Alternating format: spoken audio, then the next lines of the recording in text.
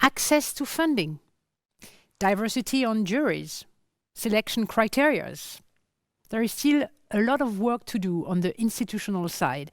So what actions can institutions, curators, and programmers take to radically and meaningfully make space for diverse perspectives in their organization, programs, and projects? Let's go to from gatekeepers to allies, institutions, and inclusion in the industry.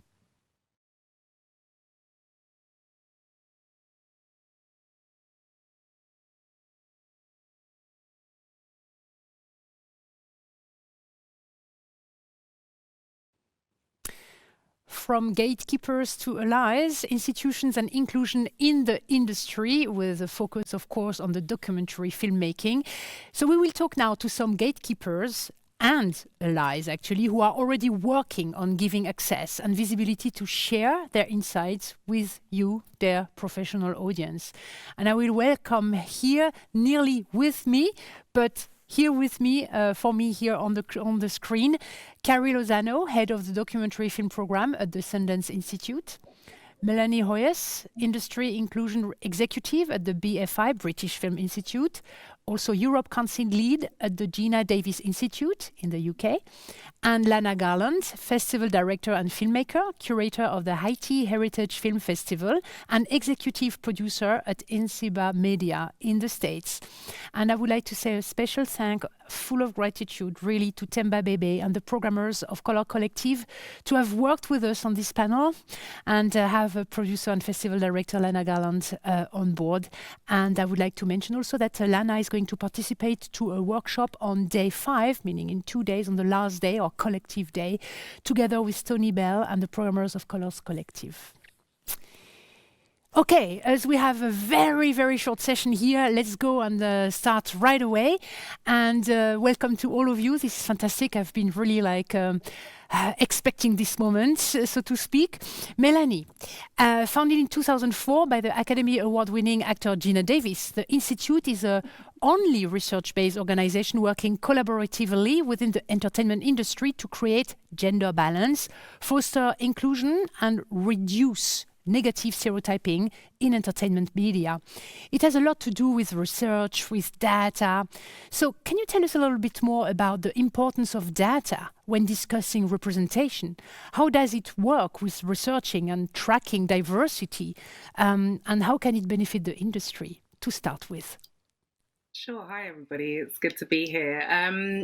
Data is incredibly important for inclusion work. I think it's absolutely not the answer, it's not the end game, but it helps us to track and understand the landscape of inclusion and what it is that we're actually trying to change, and more importantly, keeps us accountable, gives us a baseline with which to work so that we can understand what needs to change and how.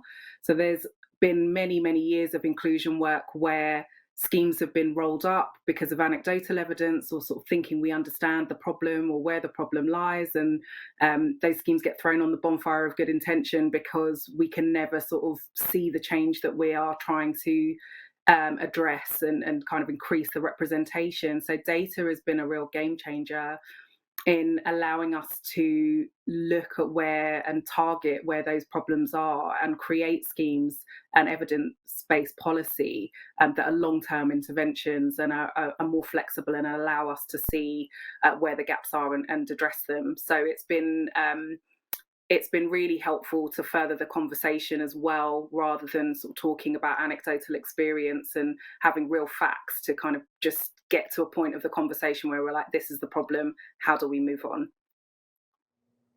So to all of you, and I'm really curious, is there actually anywhere some data about the gatekeepers, funders, distributors, programmers, curators, and etc.? Is there something which is reflecting the diversity or the lack of diversity among gatekeepers? Can anyone tell me that? I mean, That's a good question, AC. Sorry, yes, okay. Carrie, go on. Sorry, I'm not in my own home and I have a power outage. So hopefully this all works out on my technical side. The Ford Foundation here in the US has been doing a lot of work looking at BIPOC-led organizations and at the ecosystem. So they're starting to collect data, but you're right, AC. I think right now it's a case of self-reporting and organizations self-reporting what their staff looks like, what their gatekeeping looks like. But we don't have good across the board data. And I think this is something that we need to start to look at really closely. Right. And I think I was evoking a couple of gatekeeper roles, but just to finish with you, Carrie and Melanie, for the first round, we know that oppression is systemic. So how does this relate to the industry? Because at the end of the day, all the production is bound by funding, because you need the means to go on and make your film. So what changes are happening regarding funding and the accessibility of funding applications from you, both your point of view, very quickly? Sure. At Sundance, I mean, we've really made it a priority to make sure that we have diverse pools and that we are supporting diverse filmmakers from marginalized communities across the globe. And so this is something that we very publicly stated. And it's not to the exclusion of anybody, but it's really saying this is important and that we need to focus on this and that our selection committees and our reviewers need to be representative as well. And I think when you do that from the beginning, you actually get very strong and diverse pools, having to try very hard. Melanie, in your role as the BFI this time? BFI is a public funder, so it's really important to us that we represent the public that funds our activity. And so we have as our main flagship policy the diversity standards, which runs across all of our funds, which come from emerging filmmakers, shorts, development pools, production pools, but also through to distribution and audience, because that's important as well. So across the entire life cycle of film production and distribution, the diversity standards are there to think about all the different areas of filmmaking and distribution and marketing, and thinking about a diverse way of hiring. How do you insert inclusivity into your practice? And that is a prerequisite of our funding. And they've been taken on as well by our BAFTA Awards in the UK and the British Independent Film Awards. And also AMPAS have recently taken on a version that they used ours as inspiration for theirs, and various other sectors are taking them as well. So we really think that's important to kind of look at behaviors and changing that through this framework. Now I'm turning to Lana, because of course we hear, and I know that you do good and you are on it, but I would like to hear a little bit more what Lana's perspective is on it, because as the curator of the Hayti Heritage Film Festival, you are focused on developing a Black and Southern film ecosystem. And I would like to hear from you, Lana, where do you see the main challenges that you have identified that Black and Southern community are facing in terms of access? And maybe I wanted to say maybe not only the access of distribution, but also access to funding, and later on also for distribution. Well, the Hayti Heritage Film Festival exists because there is a gap. There continues to be a gap, and as we learn more, this is an ongoing conversation, and it's a conversation that as we learn, we add different parts to the mix. So there are challenges in telling stories from a Black perspective, and in America and the Global South, even more so. And so when you have a situation where there are stories that get marginalized, oftentimes some of the themes that come through the Black and Southern lens can be somewhat either unknown or people really aren't familiar with those areas or topics of conversation. And so what you don't know, you kind of dismiss. And that's what happens in the general industry. And so we know that as both filmmakers and film professionals, that you get better by doing more. And so this allows a platform by which people can do their craft, tell the stories that are important to the communities that they come from, and do them year after year after year. So from fundraising, as you said, all the way through distribution, we're trying to tackle those areas in which people find that the gatekeepers are not really poised to let people kind of all participate in. You are saying, like, in your notes, something really interesting, like our filmmakers are competing with white filmmakers who feel the need to tell Black stories. We just had a panel also on inside and outside and the role of the gaze from different perspectives on representation and inclusion, and especially the problem it can cause on authentic stories and the image it can give out of this. Where do you see in the system the biggest challenge to encourage then these Black and Southern filmmakers to say, yes, you have a chance to do this. You can tell your authentic story. Where do you see the biggest opportunity? Where would you start with?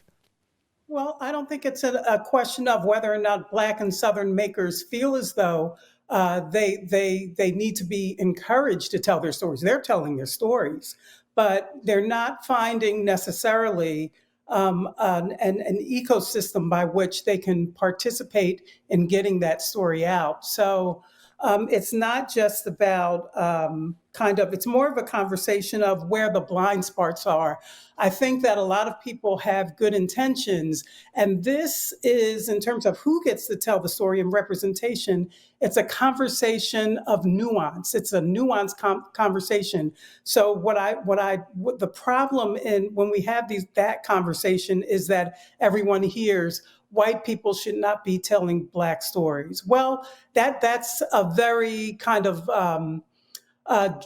draconic approach to that particular topic. It's more or less, you have to have a connection and you have to have representation by which people who are from the community, are in power. How do you do that? There's a myriad of ways in which to do that, because but what we're still finding is that there are films that are still getting through the channels of distribution, including festivals and just distribution outlets in general, that are extractive filmmaking, because sometimes there's another layer of questioning, another layer that people at particular institutions have not gotten to. And so, we say, when I teach documentary filmmaking, one of the things we say is that in order to do documentary, you have to be in community with the participants, the people who you're filming. It's relational, and you have to have a relationship.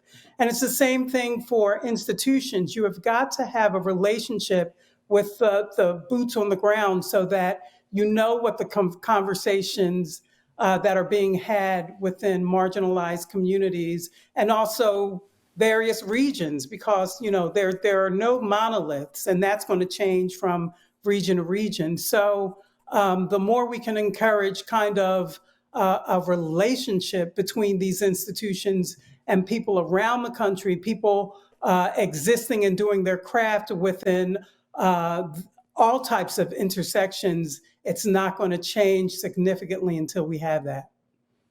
Absolutely. I would like to turn now to Melanie or Carrie. Where are the touching points to start to establish a relationship with you? Maybe starting with you, Melanie, and give you the opportunity to tell us a little bit more in your role as being in charge for the inclusion aspects of the BFI. Yeah, absolutely. I mean, our role as a team, we do not allocate funding. We're not responsible for those decisions, but our role is to advise our teams and create policy and, be on top of this inclusion conversation to create opportunities and connect talent to opportunity. And also, the BFI is not a regulator.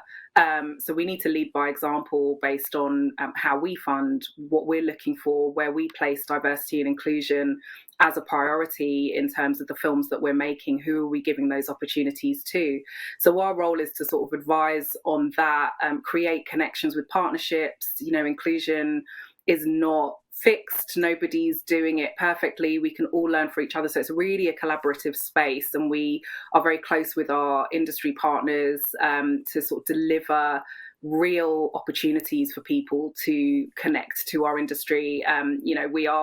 It's a booming industry in the UK, around the world. We have tons of skills gaps. We cannot afford to be exclusive in who we are allowing into the industry to work behind the camera and on screen to tell their stories. So it's really important to us that we ensure that we are connecting talent to opportunity and making that opportunity as wide as possible. Mm-hmm. Carrie, how is it at Sundance Institute? How is the first touching point with the communities? Sure. I mean, I think there's a lot of ways, and I think, COVID has really opened things up. Prior to COVID, we did have a platform, an educational platform called CoLab. And there are master classes and all kinds of, workshops and talks. But with COVID, we really tried to make much more information accessible. So you can go in stations like this, learn about different, nonfiction and fiction pathways, and then also learn more about the work that we do at the Institute, from funding to labs. We're also looking at our work, from start to finish, and really focusing on more emerging and mid-career filmmakers, and trying to figure out where are those gaps, where can we support new producers in particular, and then building partnerships around the world as much as we can, given our capacity, to work with emerging filmmakers in other regions of the world. But, I wanted to go back to two things. One, to Lana's point about authorship and extractive storytelling. So one of the things that we've done is to really require, in its own question, in its own place, filmmakers to interrogate their practice and to explain to us what is their relationship to their community, why are they the right ones to tell this story. And to Lana's point, this is not a question of exclusion, but of asking filmmakers to deeply look at their practices and to really tell us how they're engaging and what kind of a relationship they're building in those communities. So I think there's a lot of different ways to touch the Institute right now. But also, I think, the community at large in the US is deeply looking at this question of authorship, and asking filmmakers to engage in deep interrogation of their work. And that's not just Sundance, but that's the International Documentary Association and others who are making that change and requiring that of filmmakers as well. Mm-hmm. Lana, how is it for you? I mean, you first of all, you had been writing me a couple of notes, which are absolutely wonderful, about the challenges that you have been identifying. And I wanted to ask you, may we publish this in the chat, or this is something that we would also maybe publish in notes later on the website? Is that okay? Absolutely. I think That's it is really absolutely fine. Okay, this is wonderful. So I can say Melissa from my team, who is on the chat, I know it's a couple of notes, but keep them as resources. It is really on the point, and I would like really to make this accessible to everyone. Sorry, so coming back to you, Lana, I wanted to know, I mean, where did you start also from, as you took on power with the festival also, where are the boldest initiative and the first steps you thought you had to take these to take this on and to ease the access for marginalized communities? Where did you start with very concretely? Well, I think I started from a place of what I needed as a filmmaker. I'm also a filmmaker. And I actually moved to Durham, North Carolina, after living in Copenhagen for 7 years. So I got here and I was eager to get started, and I saw that there really weren't many places that someone like me could like intersect or even fit into the community. And that is because of longstanding conversations and environments in the South that really are not used to seeing a person like me, someone, a Black woman coming from Copenhagen. Most of my career had been in New York, and so there is a culture that kind of prohibits deep kind of intersection, and so that was kind of what really led me to believe that I needed to do something at Hayti. Also, it's very clear to me that there was no pipeline. So I tell people, if I'm not doing well, that means a lot of people aren't doing well. And what do I mean by that? I mean that if someone who is kind of mid, I don't know if I'm mid or veteran, but I've been in this profession for a really long time. And if I can't take care of myself, if I can't have or do projects within the region where I live, there are going to be other people like me who aren't able to come aboard. So I thought of something that would be not only a film festival and a means for distribution of Southern stories, but also a training ground. So we focus a lot on training in individuals. So another initiative I started was that if there were entries that were not selected for the film festival, I would invite the filmmaker in free of charge to participate, because I want people to get a notion of what the expectation is around great work. You know, that is kind of where we all want to land on. We all want to do great work. And so those are a couple of the things that I'm doing. I work with the Governor's Commission here in North Carolina for workforce development.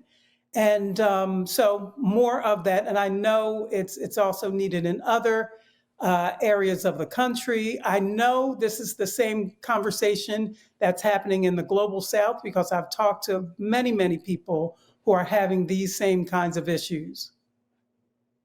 Thank you so much to share this. Yesterday we had a panel. Yesterday was about redistribution economy, right? And we had a panel here, and there was a median board executive from the capital region of Germany, a funding institution for film. And she was saying there is a lot of attention on diversity matters these days. And she brought an example of a filmmaker deal in co-production where they were beyond the waterfall and the shares. The Uruguayan filmmaker was actually given the rights for their territory. I wanted to ask each of you, how do you see awareness translating into institutional change yourself? If you could give me maybe one example, one recent example where you noted something is changing, something where you see hope that there will be more equality also in representation, authenticity. Maybe we can start with you, Carrie. Sure. I mean, I'm fairly new to Sundance. I started in late September. So here we had a summer of racial reckoning and these discussions, across the country. And that was a really important question that I had, which was, how committed is Sundance to racial equity and to making systemic change? And so I've been really happy with that level of commitment. But that said, the documentary field has had these conversations for a long time, and I think we need, as a field, to make changes. But to Lana's point, the resources are finite. So we have a really great fund at Sundance, but we also got more than 2,000 proposals this year. And so there simply are not enough resources in the US in particular on the philanthropic side to really support all the incredible filmmakers that are out there doing really, really important work. And, we're kind of hoping that in our new administration that there will be more government support just for the arts in general and for cultural change in general. So I think the field is heading in the right direction. And I think a lot of organizations are making changes that, you're right, may be incremental, but are significant. But it's not enough. And part of that is having the resources to do that work and to support more filmmakers, from emerging to mid-career to late career. To Lana's point, a lot of people really struggle to make a living doing this work, even if they've had a lot of success. And that really needs to change. There are resources, but they're far more on the commercial side than on the philanthropic and artist support side. Right. Melanie? Yeah, absolutely. I mean, I think the thing is with this work is that the possibilities are infinite, but as everybody says, the resources are finite. So it's really about targeting your work in a way that's going to have the biggest impact. And I always talk about this work and inclusion topics as, you know, something will happen and the door gets kicked wide open. It's a swinging door, and that door kind of starts swinging closed really quickly. So we've been in these cycles before where there's a flurry of activity around trying to represent different groups, and moments like the Harvey Weinstein allegations in 2017 was a moment for us to get together and get the industry together around our bullying and harassment policy.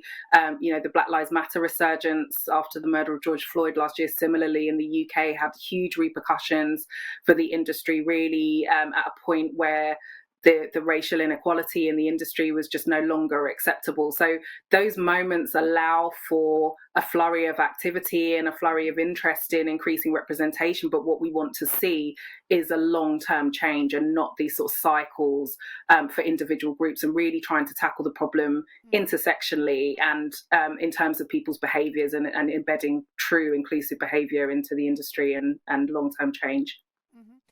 I see that I have a question, but I want to give Lana also the opportunity to go on that one. Where do you see institutional change already happening, and what would you suggest actually for curators and programmers to diversify their programs in a meaningful way? So, Lana, please. I think just the fact that we're having the conversation now is very, very telling. I think that's a wonderful thing. And, you know, it wasn't that long ago that I was a program director for the Southern Documentary Fund. And at that time, we instituted policies around inclusion. And so that is a part of the application process now for a lot of organizations. Now we have to keep talking about how this looks, because, you know, there are a lot of I'm going to be very blunt, white people who come to me and say, I don't know what to do. You know, I don't know exactly what this is going to look like in terms of, should I be making this film? I have a Black producer, or I have an Asian director. So what exactly does it mean? And I even get the questions. I'm still creating content, and, you know, people question me about whether or not I'm the right person to be on a Black project, because Black communities are not monolithic. So it isn't just about white people versus everyone else. It's also about, you know, can I tell a Black and a queer story? I'm not queer.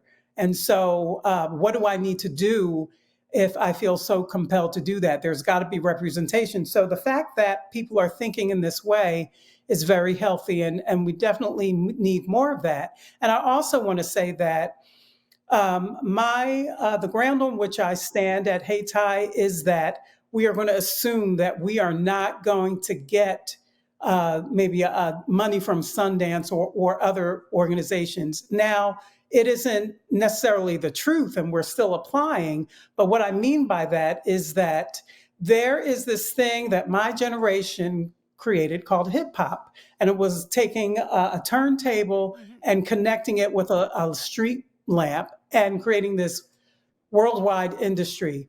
And we feel like we need somewhat of a hip hopification of film, if you will.